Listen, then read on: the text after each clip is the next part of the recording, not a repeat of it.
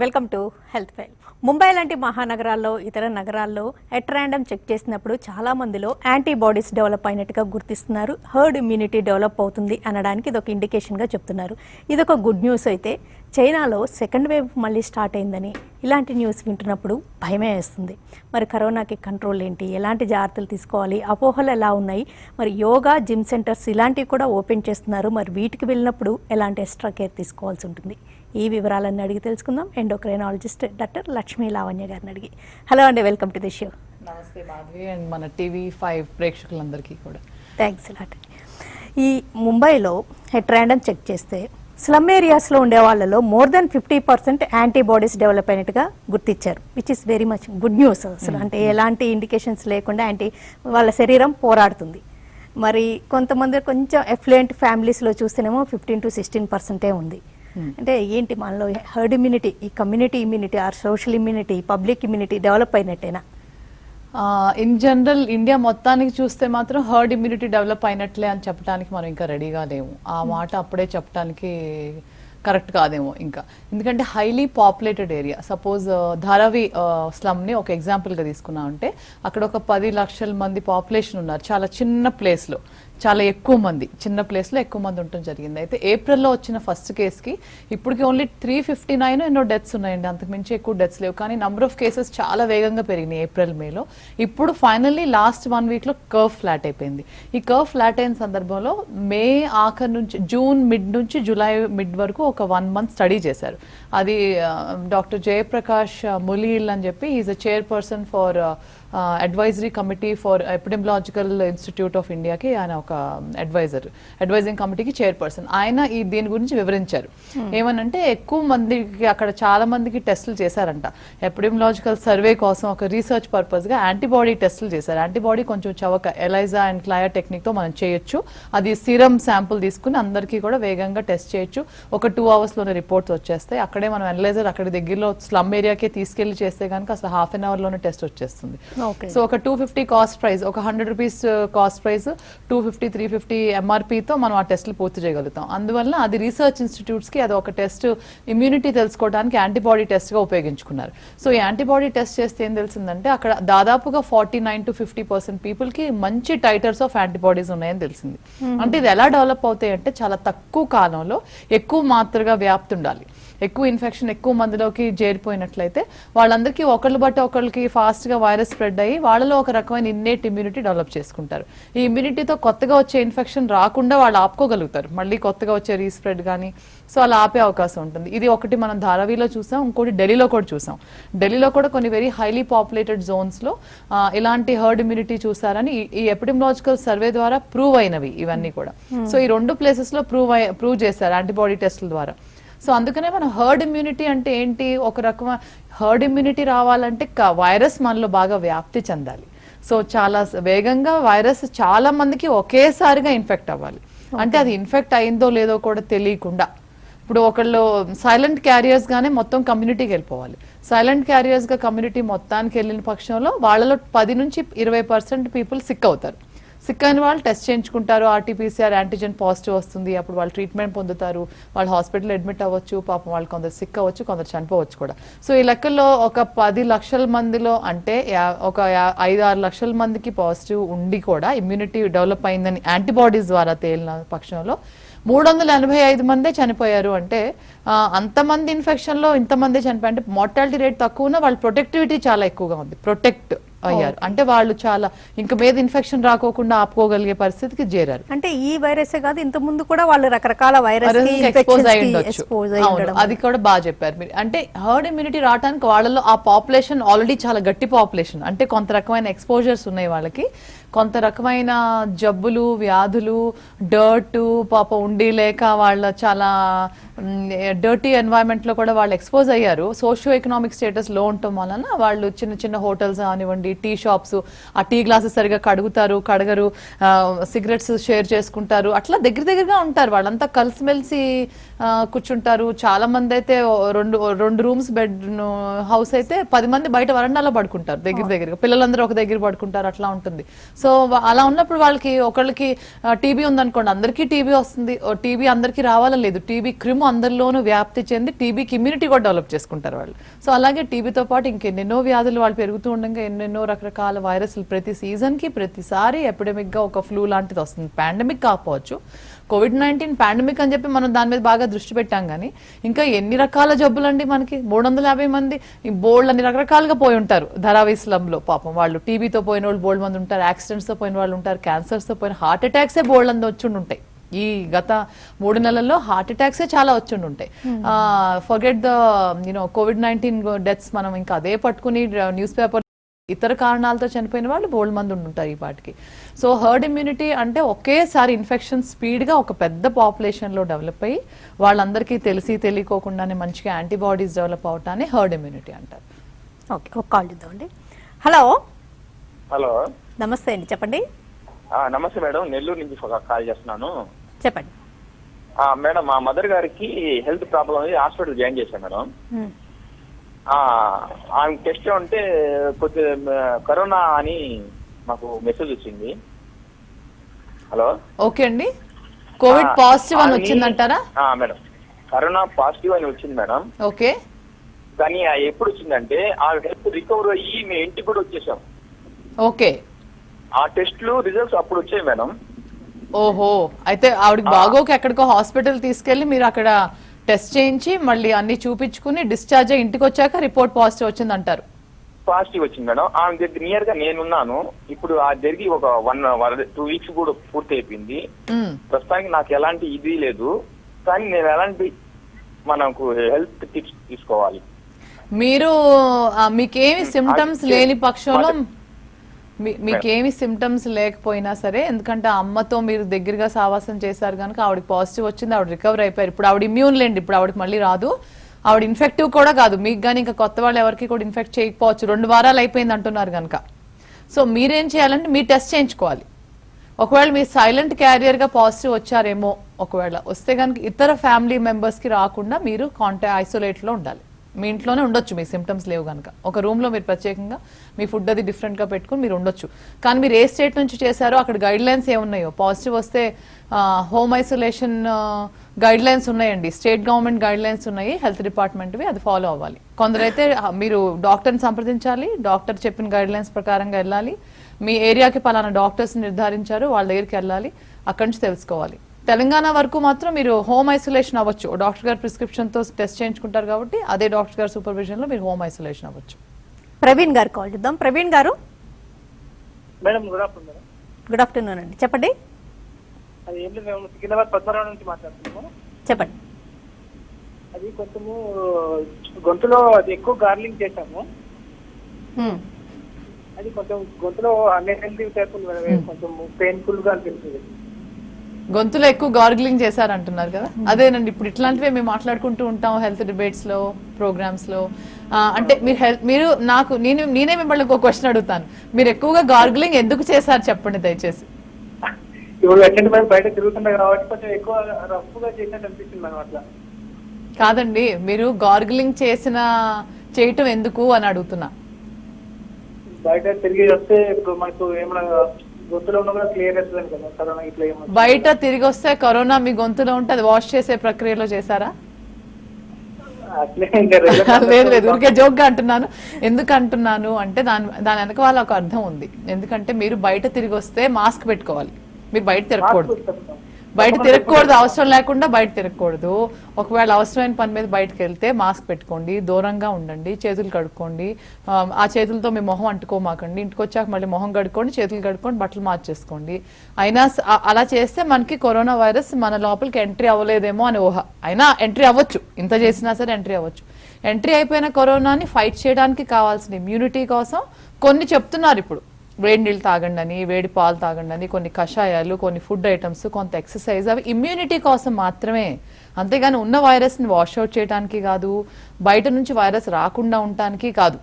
So మీరు చేసుకునే gargling అనేది ఊరికే ఒక వేడి నీళ్లతో గార్గుల్ చేసుకుంటే ఉన్నా మనకి ఏంటంటే గొంతులో గరగడలాడుతా ఉన్నా, అక్కడ గొంతులో గ్లాండ్స్ వాసిపోయి ఉన్నా, టాన్సిలైటిస్ లాంటిది ఏమైనా ఉన్నా అలాంటివి ఉంటే అవి తగ్గుతాయి.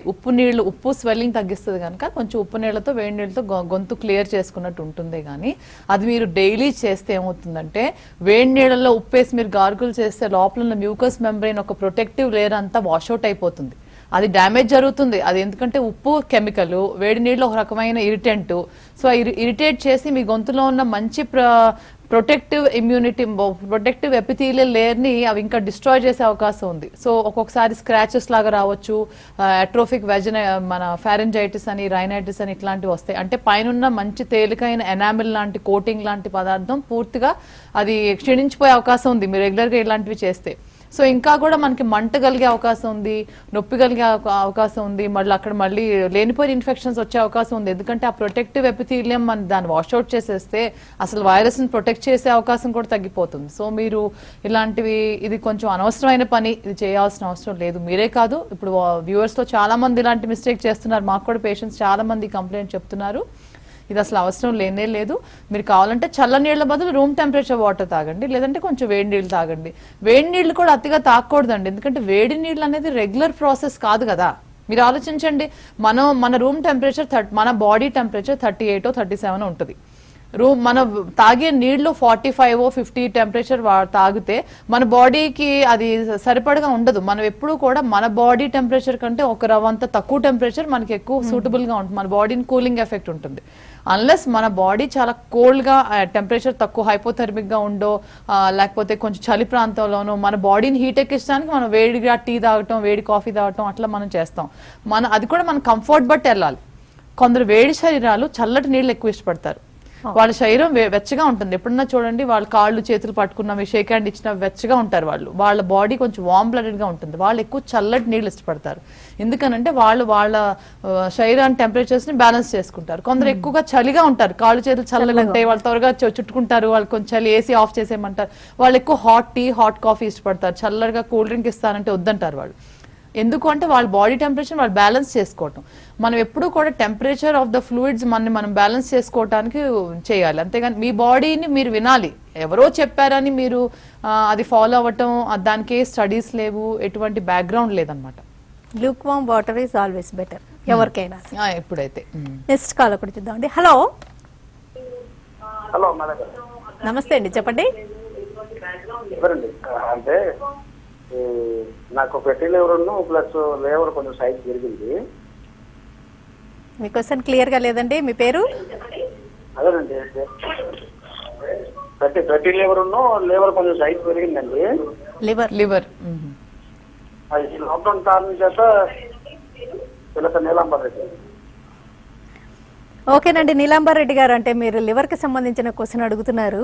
యాక్చువల్గా కరోనా గురించి డిస్కస్ చేస్తున్నాం. మేడం ఎండోక్రైనాలజిస్ట్ అండి, హార్మోన్స్ కి రిలేటెడ్ అయితే బాగా చెప్పగలుగుతారు. లివర్ సైజ్ పెరిగిందంటే మేబీ కొంచెం ఆల్కహాల్ ఇంటేక్ ఏమన్నా ఉందేమో చూసుకోండి. లివర్ సైజ్ పెరగడానికి ఫ్యాటీ లివర్ ఒకటి ఉంటుంది. అంటే డయాబెటీస్, ఒబిసిటీ, హై కొలెస్ట్రాల్ వీళ్ళకి కూడా లివర్ సైజ్ పెరుగుతుంది, ఫ్యాటీ లివర్ అంటారు. ఒక్కోసారి ఆటో ఇమ్యూన్ హెపటైటిస్ అట్లాంటివి కూడా వస్తాయి. చాలా దురదృష్టం కొద్ది కొందరికి రేర్ గా లివర్ లో కొన్ని ట్యూమర్స్ అట్లా కూడా రావచ్చు. అయితే కొన్ని ఇన్ఫెక్షన్స్ రావచ్చు లివర్ లో. ఇవన్నీ ఏమన్నా ఉన్నాయేమో అల్ట్రాసౌండ్ ఎగ్జామినేషన్ చేయించుకుని దగ్గరలో ఉన్న మంచి గ్యాస్ట్రాంట్రాలజిస్ట్ ని కలవండి. మీరు కనుక ఆల్కహాలిక్ అయితే దయచేసి ఆల్కహాల్ మానేసేయండి. అడగలేదు, అలా బ్లేమ్ చేయకూడదు అడగకుండా, బట్ ఉంటే మానేసేయండి. సరళా గారు కాల్ చేద్దాం వైజాగ్ నుంచి. సరళా గారు నమస్తే అండి. నమస్తే సరళా గారు, చెప్పండి. మేడం, నాకు మొన్న 4 days బ్యాక్ థ్రోట్ ఇన్ఫెక్షన్ వచ్చిందండి. 3rd day తగ్గిపోయింది. కాకపోతే నాకు 4th day నుంచి స్మెల్ అసలు తెలియట్లేదండి. మేడం వింటున్నానమ్మా. థ్రోట్ ఇన్ఫెక్షన్ వచ్చింది అంటున్నారు. కొంచెం ఫీవర్, కాఫ్ అవి కూడా ఉన్నాయంటారా? ఫీవర్ అసలు రాలేదు మేడం. సో మీరు అన్నట్టుగా 4th day స్మెల్ కొంచెం ఆవిరి ఎక్కువ పట్టారు మేడం. ఆవిరి పట్టాక ఈ స్మెల్ అన్నది తెలియలేదు మేడం. అవును, అదే ఇప్పుడు మనం ఇందాక మాట్లాడుకున్నట్టుగా ఎక్కువగా ఆవిరి పడితే ఏమవుతుందంటే నోస్ లోపల ఉన్న ఎపిథీరియల్ మెంబ్రెయిన్స్ అన్ని కూడా మనకి కొంచెం డిస్టర్బ్ అవుతాయి, కొద్దిగా వేర్ అవుట్ లాగా అవుతాయి అనమాట. సో ఎందుకంటే ఆవిరిలో వేడి నీళ్ళు, విక్స్ కానీ ఇంకేదైనా పదార్థాలు వేస్తాం కాబట్టి అది కొంచెం ఇరిటేట్ అవుతాయి. ఇరిటేట్ అయ్యి ఒక్కోసారి బ్లీడ్ అవుతాయి, ఒకసారి ఒక స్క్రాచ్ లా పడచ్చు, లేకపోతే ఎక్కువ హీట్ తో కూడా మనకి ఇప్పుడు జస్ట్ మన స్కిన్ మీద బాగా వేడి నీళ్ళతో అంతసేపు చేయగడుకున్నాం అనుకోండి, కొంచెం మండదా చెయ్య స్కిన్ అంతా కూడా డ్రై అయిపోయినట్టు అయిపోతుంది. అట్లాగే మనకి ముక్కు లోపల నోట్ లోపల కూడా మనకి ఉన్న మ్యూకస్ మెంబ్రెయిన్స్ అన్ని కూడా డిస్ట్రాయ్ అవుతాయి. సో దానివల్ల మీకు ఒకవేళ వాసన తెలియట్లేదేమో ఒక 2 days ఆగండి. ఈ 2 days లోపల మీకు కనుక ఫీవర్ కానీ కాఫ్ కానీ ఇంకేమన్నా కొత్తగా వస్తే, ఇంకా వాసన రాకపోవడం అనేది రికవరీ లేకపోతే అప్పుడు మీరు ఎందుకైనా మంచిది కోవిడ్ టెస్ట్ చేయించుకోండి. అది మనకి ఏంటంటే ఒక రూల్ అవుట్ చేసేస్తే మీకు కొంచెం పీస్ ఆఫ్ మైండ్ ఉంటుంది.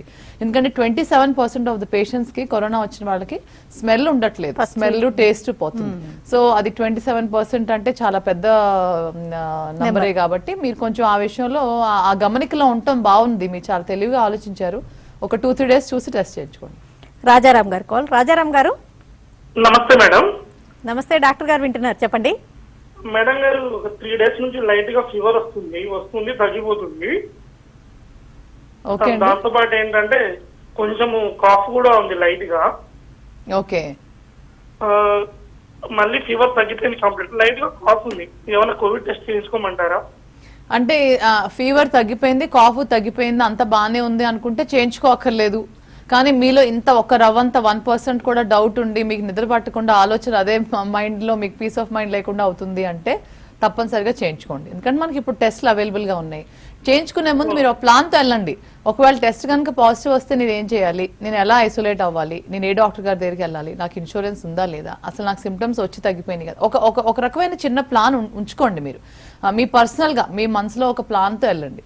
పాజిటివ్ వస్తే ఏం చేయను, నెగిటివ్ వస్తే ఏం చేయను, అసలు టెస్ట్ చేయించుకోనా వద్దా, అలా మీరు రిస్క్ లో పడకండి. రిస్క్ అంటే మీ ఫీవర్ తగ్గిపోకుండా ఉండి కాఫ్ ఇంకా పెరిగిపోతూ మీకు ఏంటి ఊపిరి పీల్చుకోవడానికి ఇబ్బంది పడతా, లేకపోతే ఇంక ఇతర వేరే సిమ్టమ్స్ ఏమైనా వచ్చి మీకు ఏదైనా ఇబ్బందులు పెరుగుతున్న పక్షంలో మీరు ఇంట్లో అలా ఎదురు చూస్తూ మళ్ళీ రిస్క్ అయిపోతుందేమో అని ఆ రిస్క్ ని అవాయిడ్ చేయడానికి ఇంట్లో ఉండొద్దు సుమా. మీరు వెళ్ళి టెస్ట్ చేయించుకోవటమే మంచిది అవుతుంది. మీకు ఒక విధంగా క్లియర్ అయిపోతుంది ఈ పాయింట్. తిరుపతి నుంచి కార్తీక్ గారు. కార్తీక్ గారు గుడ్ ఈవినింగ్ అండి, నేను తిరుపతి నుంచి మాట్లాడుతున్నాను. చెప్పండి. Good evening. మా ఫాదర్ కి 2 days బ్యాక్ పాజిటివ్ వచ్చిందండి స్వాబ్ టెస్ట్ లో. Actually he's diabetic patient. 4 months back diabetic foot amputation చేశారు. ఓహో, అవునా? సో హిస్ ఏజ్ ఇస్ 62 అన్నమాట. ఇప్పుడు ఆయన బాగా సిక్ గా ఉన్నారా? ఒట్టిగా కోవిడ్ పాజిటివ్ మాత్రమే? యాక్చువల్లీ సిమ్టమ్స్ అయితే ఏం లేవు, ఫీవర్, కాఫ్, కోల్డ్, స్మెల్, ఈ సిమ్టమ్స్ మరి మీరు ఎందుకు కోవిడ్ టెస్ట్ చేయించారు ఆయనకి? యాక్చువల్లీ మా డ్రెస్సింగ్ కి వస్తారనమాట డాక్టర్ ఇంటికి. ఓకే, ఆయన వస్తారనేసి యాక్చువల్ గా ఆయనకు పాజిటివ్ వచ్చింది. ఆయన ఫోన్ చేసి చెప్పారు, ఇట్లా నాకు పాజిటివ్ వచ్చింది, మీరు చెక్ చేసుకోండి అని. అయ్యయ్యో, అలా జరిగిందా? ఓకే, సో ఒకళ్ళ నుంచి ఒకళ్ళకి స్ప్రెడ్ అయ్యింది. సరే, అది మంచి పని చేశారు. ఆయన మీకు చెప్పటము, ఆయన టెస్ట్ చేయించుకోవటము, అలాగే తెలుసుకోవాలి మనం ఒకళ్ళకొకళ్ళు. ఇప్పుడు నాన్నగారికి డయాబెటీస్ ఉంది కనుక ఆయనకి ఇమ్యూనిటీ కొంచెం లో ఉంటుంది. ఎస్పెషలీ డయాబెటిక్ ఫుట్ ఓ పక్కన ఇన్ఫెక్టెడ్ గా ఉంది, డ్రెస్సింగ్స్ కూడా అవసరమైనవి అంటే ఆయనకి సీరియస్ గా న్యూరోపతి, వాస్కులోపతి ఉండొచ్చు. షుగర్ చాలా బాగా కంట్రోల్ చేసుకోవాలి. మీరు ఎవరైతే ఆయన సంప్రదిస్తున్నారో డయాబెటాలజిస్ట్ ఆర్ ఎండోక్రినాలజిస్ట్ ని మీరు సంప్రదించవచ్చు. ఫాస్టింగ్ షుగర్ ఏమో <100, తిన్న తర్వాత <140 ఉండాలి. సో మళ్ళీ లో కూడా అవ్వకూడదు. సో మీ జాగ్రత్తగా ఆయన షుగర్ కంట్రోల్ చేస్తూనే ఆయనకి సిమ్టమ్స్ ఉన్నాయో గమనించుకోవాలి. ఫీవర్ కానీ, కాఫ్ కానీ, వీక్నెస్ కానీ, ఇట్లాగే స్మెల్ లేకపోవటం, లెథార్జీ అంటే కొంచెం అల్సర్గా ఉండటం, బాగోపోవటము, కొంచెం మైండ్ కూడా కన్ఫ్యూజన్ అలా కూడా రావచ్చు. కరోనాతో ఒక్కొక్కసారి డయేరియా రావచ్చు, అంటే మోషన్స్, కడుపులో నొప్పి, డీహైడ్రేషన్ కూడా రావచ్చు. మీరు గమనికలో ఉండండి, డే బై డే అబ్జర్వ్ చేయండి. ఇప్పుడు ఆయనకి పాజిటివ్ వచ్చింది కనుక మీరందరూ కూడా టెస్ట్ చేయించుకోవాలి. ఆయన మీరు జాగ్రత్తగా ఐసోలేట్ చేసి ఇంట్లోనే చూసుకోవచ్చు. తిరుపతిలో గైడ్ లైన్స్ ఎలా ఉన్నాయో గమనించుకోండి. ఆయన అడ్మిట్ చేయాలని కనుక స్టేట్ గవర్నమెంట్ గైడ్ లైన్స్ లో కనుక ఉన్నట్లయితే మీరు అలా అడ్మిట్ చేయాల్సి వస్తుందేమో. లేదంటే మీరు ఇంట్లోనే హోమ్ ఐసోలేషన్ జాగ్రత్తగా చేస్తామంటే మీరు అలా కూడా చేసుకోవచ్చు. ఆయనకున్న సిమ్టమ్స్ బట్టి మీరు జాగ్రత్త పడాలి. నెక్స్ట్ కాల్ చేద్దామండి. హలో. హలో, నమస్తే, చెప్పండి. మేడం అదే మేడం, ఇప్పుడు 14 రోజులకి కరోనా బయటకు పడుతుందని చెప్తున్నారు కదా మేడం. అవును, అది బై మిస్టేక్ అయ్యి ఏమన్నా 14 రోజుల ముందు కన్నా రాకున్నా మంచి దగ్గర కలిస్తే కూడా కరోనా పాజిటివ్ రావచ్చు మేడం మాకు? రావచ్చు, ఎస్. ఒక వారంలో, 5 రోజుల్లో, 10 రోజుల్లో, 14 అంటే కరెక్ట్ గా 14 అనేం లేదండి, మీరు చెప్పినట్టుగా రావచ్చు. ఎస్. ఆయనకి ఎప్పుడు ఎంటర్ అయిందంటేనే ఇంకా ఆ రోజు నుంచి ఆయనకు ఉన్నట్టే కదా మేడం అది. ఎస్, ఆయనకి COVID-19 పాజిటివ్ ఎవరికైనా ఉందంటే వాళ్ళలో ఆ వైరస్ ఉంది, ఆ వైరస్ స్ప్రెడ్ అవుతుంది, ప్రమాదకరం అవుతుందా లేదా అనేది ఆయన అదృష్టం బట్టి, ఆయన ఇమ్యూనిటీ బట్టి ఉంటుంది. కానీ ఆయన ఇతరులకి స్ప్రెడ్ చేయగలరు. ఎస్, ఈ యోగా జిమ్ సెంటర్స్కి వెళ్ళడానికి ఇప్పుడు అలౌడ్ కదండి, కానీ అసలు వెళ్ళడం సేఫే అంటారా? అంటే కొంచెం కాంటాక్ట్ ఎక్కువ ఉంటుంది కదా. అవునండి, తప్పకుండా ఎక్కువ ఉంటుంది. ఇప్పుడు metro train, yoga gyms, cinema halls ఇంకా అలౌ చేయలేదు కదండి, కాకపోతే చేస్తారనుకుంటా ఇప్పుడు త్వరలోనే. సో వాటికి మనకి పర్మిషన్ ఇచ్చారు అన్లాక్ లో.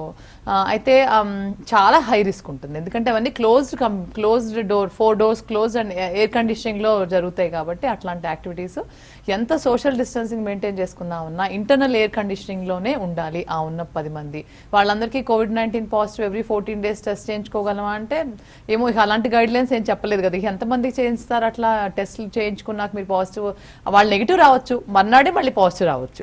సో ఇంకా ఎన్నిసార్లు మనం టెస్ట్ చేయండి, అది కుదిరే పని కాదు. సో మనకి డెఫినెట్ గా సోషల్ డిస్టెన్సింగ్ మెయింటైన్ చేయలేని పరిస్థితులు అవన్నీ కూడా. అవును, ఎక్విప్మెంట్ యూజ్ చేస్తారు. ఆ ప్రతి ఎక్విప్మెంట్ కూడా మనం శానిటైజ్ చేయడం చాలా కష్టమే.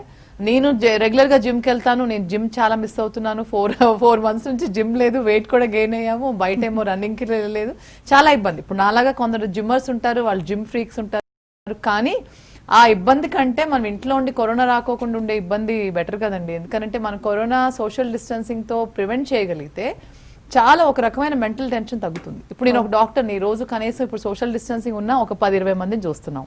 మరి ఇది వరకు 30-40 మంది పేషెంట్స్ వచ్చేవారు, ఇప్పుడు ఒక 10 మందే వస్తున్నారు. మిగిలిన 10 మంది ఆన్లైన్లో చెప్పించుకుంటున్నారు. ఆ 10 మందికి నేను రిస్క్ అవుతాను. మన పిల్లలకి, మన ఫ్యామిలీ మెంబర్స్ కి, మన స్టాఫ్ కి మనం రిస్క్ అవుతాం. సపోజ్ మనం కనుక జిమ్ లో వైరస్ తెచ్చుకున్నామంటే ఎంత మందిని మనం బాధ పెట్టిన వాళ్ళు అవుతామండి. మనం ఏదో ఒక హెల్త్ కోసం వెళ్ళి ఇంకో విషయాన్ని సో జిమ్స్ తెరవటం ప్రభుత్వం పని. ఎందుకంటే జిమ్స్ ఓనర్స్ వాళ్ళు జిమ్స్ కి పేమెంట్ చేసుకోలేకపోతున్నారు, ఎకానమీ కోసం వాళ్ళు ఇచ్చుకున్న జీతాలు ఇవ్వలేకపోతున్నారు. అక్కడ ఉన్న వర్కర్స్ కి వాళ్ళకి ఇబ్బంది కలగకుండా ఎకానమీ కోసం వాళ్ళు స్టార్ట్ చేయటం ఎప్పుడో ఒకప్పుడు స్టార్ట్ చేయాలి కదా, ఇప్పుడు స్టార్ట్ చేస్తున్నారు. కానీ ప్రజల వంతు ఏంటంటే మనం ఆలోచించుకోవాలి, మనం ఇట్లాంటి రిస్క్ తీసుకోవడానికి రెడీనా కాదా అని. అయితే వెళ్ళగలిగేది ఎవరు అంటే మేబీ కోవిడ్ పాజిటివ్ వచ్చి చక్కగా రికవర్ అయ్యి యాంటీబాడీస్ ఉన్న వాళ్ళు వెళ్ళొచ్చు, వాళ్ళు వెళ్ళొచ్చు. ఎస్, వాళ్ళకి కరెక్ట్. అయితే ఈ స్ప్రెడ్డింగ్ రేట్ చాలా ఎక్కువగా ఉంది వరల్డ్ వైడ్ గా. మన ఇండియా కూడా ఇటలీని మించిపోతుంది. కానీ ఒక చిన్న ఇదేంటంటే ఎడ్జ్, మనకి డెత్ రేట్ చాలా తక్కువ ఉంది. బట్ ఇది ఒక విధంగా బాగానే ఉంది, యాంటీబాడీస్ డెవలప్ అవుతున్నాయి, కొంతవరకు హర్డ్ ఇమ్యూనిటీ వచ్చే అవకాశం ఉంది కమ్యూనిటీగా అని అంటున్నారు. అండ్ మరి సెకండ్ వేవ్ స్టార్ట్ అవుతుంది అంటున్నారు. ఇది మాత్రం అంటే ఇంకా మనం అంత తిరగబెట్టినట్టే అవుతుంది కదా సిచ్యువేషన్. అంటే తిరగబెట్టినట్టు అంటే పూర్తిగా తిరగబెట్టదండి. యాక్చువల్గా ఏమవుతుందంటే ఇప్పుడు మనకి యాంటీబాడీస్ ఉత్పత్తి అయిన యాంటీబాడీస్ మనకి ఒక చెప్పలేము 1 month లో కూడా తిరగబెట్టచ్చు. ఎందుకంటే దీనికి ఒక రూల్ అంటూ ఏమి లేదు. ఇమ్యూనిటీ అనేది చాలా it's like we can't guess. ఇప్పుడు herd immunity, how can you test? మనం టెస్ట్ చేయలేం. How can you prove? మనం ప్రూవ్ చేయలేం. ఎవరికైనా మంచుకున్న ఇమ్యూనిటీ, ఇప్పుడు మీకు నాకు వైరస్ వస్తే ఎవరు మంచిగా బతుకుతాం, ఎవరు పోతాం అస్సలు చెప్పలేం. అది కంప్లీట్లీ మిస్టీరియస్, ఒక సీక్రెట్. మన ఇమ్యూనిటీ అనేది టెస్టింగ్ జరిగినప్పుడు పూర్తిగా మనకు అది ఒక సీక్రెట్ బ్యాలెట్ లాగా ఉంటుంది, ఎవరికీ తెలియదు. సో ఎంత స్ట్రాంగ్ పర్సనాలిటీస్ కూడా ఇమ్యూనిటీ లేక వాళ్ళు చనిపోయిన వాళ్ళు ఉన్నారు కదా, మనం చూసాం కదా ఇప్పుడు గతంలో కూడా. అయితే అలా ఉన్న పక్షంలో మన ఇమ్యూనిటీ అనేది మనం గెస్ చేయలేని పక్షంలో ఏ కంట్రీకైనా ఇమ్యూనిటీ వచ్చింది అంటే ఒక 3 to 6 months వరకు COVID-19 పాజిటివ్ వచ్చి రికవర్ అయి బయటపడిన వాళ్ళకి యూజువలీ 3 to 6 months వరకు ఇమ్యూన్ గా ఉండొచ్చేమో అని అనుకుంటున్నాం. ఈ 3 to 6 months లోపు మళ్ళీ కూడా వాళ్ళకి తిరగబడిందంటే కొందరు వీకర్ సెక్షన్ కి తిరగబడుతుంది, యాంటీబాడీస్ బాగా లేని వాళ్ళకి. అయితే వీళ్ళలో ఇంకా చాలా మంది ఇన్ఫెక్ట్ అవ్వని వాళ్ళు ఉంటారు కదండి, వాళ్ళు మళ్ళీ 2వ వేవ్ లో ఇన్ఫెక్ట్ అవ్వచ్చు. ఇంకొకటి ఏంటంటే కొన్ని ఏరియాస్ లో అసలు టచ్ అయి ఉండకపోవచ్చు. ఇప్పుడు చైనా కనుక వుహాన్ లో ఇదివరకు బాగా ఎఫెక్ట్ అయ్యారు, ఇప్పుడు నార్త్ చైనాలోకి వచ్చింది, మళ్ళీ రీఎంట్రీ నార్త్ చైనాకి వచ్చింది. సో అలా రీఎంట్రీ ఇంకొక ప్రాంతానికి రావచ్చు. సో అలా అవుతుంది. ఇంకోటి ఏంటంటే మళ్ళీ మనం ఈ లోపు మనకి వ్యాక్సిన్ వచ్చేస్తే కనుక ఆ సెకండ్ ఎంట్రీని మనం ఆపుకోగలుగుతామేమో. అంటే చైనా మొదట్లోనే బయటపడింది కనుక December, November లోనే ఉంది కనుక వాళ్ళకి మళ్ళీ రీవేవ్ కి మళ్ళీ ఛాన్స్ దొరికింది. కానీ మనం రీవేవ్ కల్లా లోపే మనకి హోప్ఫుల్లీ వ్యాక్సిన్ వచ్చేస్తుందేమో లేండి. జనవరి కల్లా ఆల్రెడీ phase 3 ట్రయల్ స్టార్ట్ అయింది కనుక ఒక 5 centers లో ఆల్రెడీ phase 3 స్టార్ట్ అయిపోయింది. సో హోప్ఫుల్లీ మనకు ఒక 4 to 6 months turn off the year 2021 vaccine వచ్చేస్తే కనుక that will be the correct method of immunity. ఏదేమైనా ఈ వ్యాక్సిన్ గురించి, హర్డ్ ఇమ్యూనిటీ గురించో లేకపోతే యాంటీబాడీస్ గురించో ఇవన్నీ మనం ఆలోచించకుండా అవి వదిలేసి మనం తీసుకోవాల్సిన కేర్ తీసుకోవడమే మోస్ట్ ఇంపార్టెంట్ అంటారు. చాలా బాగా చెప్పారు. మీ క్వశ్చన్ లోనే ఆన్సర్ ఉంటుంది ఎప్పుడు కూడా గమనిస్తే. సో ఏం చెప్పారు అంటే హర్డ్ ఇమ్యూనిటీ కానివ్వండి, రీఇన్ఫెక్షన్ కానివ్వండి, ఆర్ వ్యాక్సిన్ వచ్చే వరకు వెయిటింగ్. అప్పుడు హెల్త్ మినిస్ట్రీ వాళ్ళు ఏమంటున్నారంటే మనం హర్డ్ ఇమ్యూనిటీ మీద అంటే డిపెండ్ అవ్వద్దు, మనం వ్యాక్సిన్ మీద డిపెండ్ అవ్వాలి. Herd immunity is not like a scientific basis of a standardised method. దాని ఒక సిస్టమేటిక్ గా స్ట్రాటజిక్ గా స్టాండర్డైజ్డ్ మెథడ్ కాదు, అదొక గాల్లో దీపం లాగా. సో మనం వ్యాక్సిన్ కోసం వెయిట్ చేద్దాం, అందాక మీరు చాలా జాగ్రత్తగా ఉండండి అని చెప్తున్నారు. ఇప్పుడు మీ క్వశ్చన్ లో ఆన్సర్స్ ఏంటి? So social distancing, hand hygiene and మన బయట ఎక్కువగా తిరగకుండా ఉండటం అనేది, అంటే మనం ఎప్పుడు 5 feet డిస్టెన్స్ మర్చిపోకూడదు, ఫేస్ మాస్క్ మర్చిపోకూడదు, హ్యాండ్ హైజీన్ మర్చిపోకూడదు. చాలా జాగ్రత్తగా పాటిస్తే చాలా వరకు మనం వ్యాక్సిన్ వచ్చే వరకు బతుకుంటాం. మనం వ్యాక్సిన్ వచ్చే వరకు బతుకుంటే అప్పుడు మన వ్యాక్సిన్ ద్వారా ఇంకా మన ఫ్యూచర్ లో కూడా మనకి ఈ ప్రాబ్లం లోంచి మనం బయట. లాస్ట్ కి ఇది ఒక పాయింట్ చెప్పండి. ఇప్పుడు ఇన్ఫ్లుయెంజాకి రకరకాల వ్యాక్సిన్స్ కూడా ఉన్నాయి, స్వైన్ ఫ్లూ కూడా ఉంది. ఇంకా త్వరలో స్వైన్ ఫ్లూ ఇలాంటి రిస్క్లు కూడా పెరుగుతాయి, వర్షాలు పడుతున్నాయి, వింటర్ కూడా వస్తుంది కాబట్టి. ఈ జనరల్ ఇన్ఫ్లుయెంజా కానీ స్వైన్ ఫ్లూ వ్యాక్సిన్స్ కానీ రకరకాల కాంబినేషన్ లో వ్యాక్సిన్స్ ఉంటాయి కదా, ఒక 2-3 years నుంచి వేయించుకుంటున్నారు. అవి ఈ టైంలో వేయించుకోవడం సమంజసమేనా? ఈ టైంలో వేయించుకోవచ్చు. This is the correct time. ఎప్పుడు కూడా మన మాన్సూన్ స్టార్ట్ అయిన కొత్తలోనే ఆ సీజనల్ ఫ్లూ వ్యాక్సిన్స్ రెడీ అయిపోతాయి. అంటే ఆ సీజన్కి వచ్చే ఇన్ఫ్లుయెన్జాకి స్ట్రెయిన్స్ ఉంటాయండి. ఎవ్రీ ఇయర్ కొంచెం కొంచెం స్ట్రెయిన్స్ మారుతూ ఉంటాయి. మే నుంచి మార్పిడైన స్ట్రెయిన్ మనకి జూన్లో కనపెడతారు, దానికి వ్యాక్సిన్ అరౌండ్ ఆగస్ట్లో వచ్చేస్తుంది. సో ఆగస్ట్ కల్లా మనం వ్యాక్సిన్ ఇచ్చుకోవచ్చు. సో ఇది కరెక్ట్ టైం. ఎప్పుడు కూడా మాన్సూన్లోనే వ్యాక్సిన్స్ ఇస్తారు మీరు అన్నట్టుగా. ఓకేనండి డాక్టర్ లక్ష్మీ లావణ్య గారు, హర్డ్ ఇమ్యూనిటీ గురించి, కమ్యూనిటీ ఇమ్యూనిటీ గురించి అండ్ యాంటీబాడీస్ గురించి అండ్ మనం అసలు ఇలాంటి టైంలో అసలు ఎలాగ రైట్ అప్రోచ్ ఆఫ్ థింకింగ్ ఎలా ఉండాలి, బేసిక్గా ఎలాంటి పాయింట్స్ మన మైండ్లో పెట్టుకోవాలి, ఈ వివరాలన్నీ అందించినందుకు థ్యాంక్స్ లాట్ అండి. Thank you Madhavi. ఇది వాళ్ళ హెల్త్ ఫైల్. నమస్తే.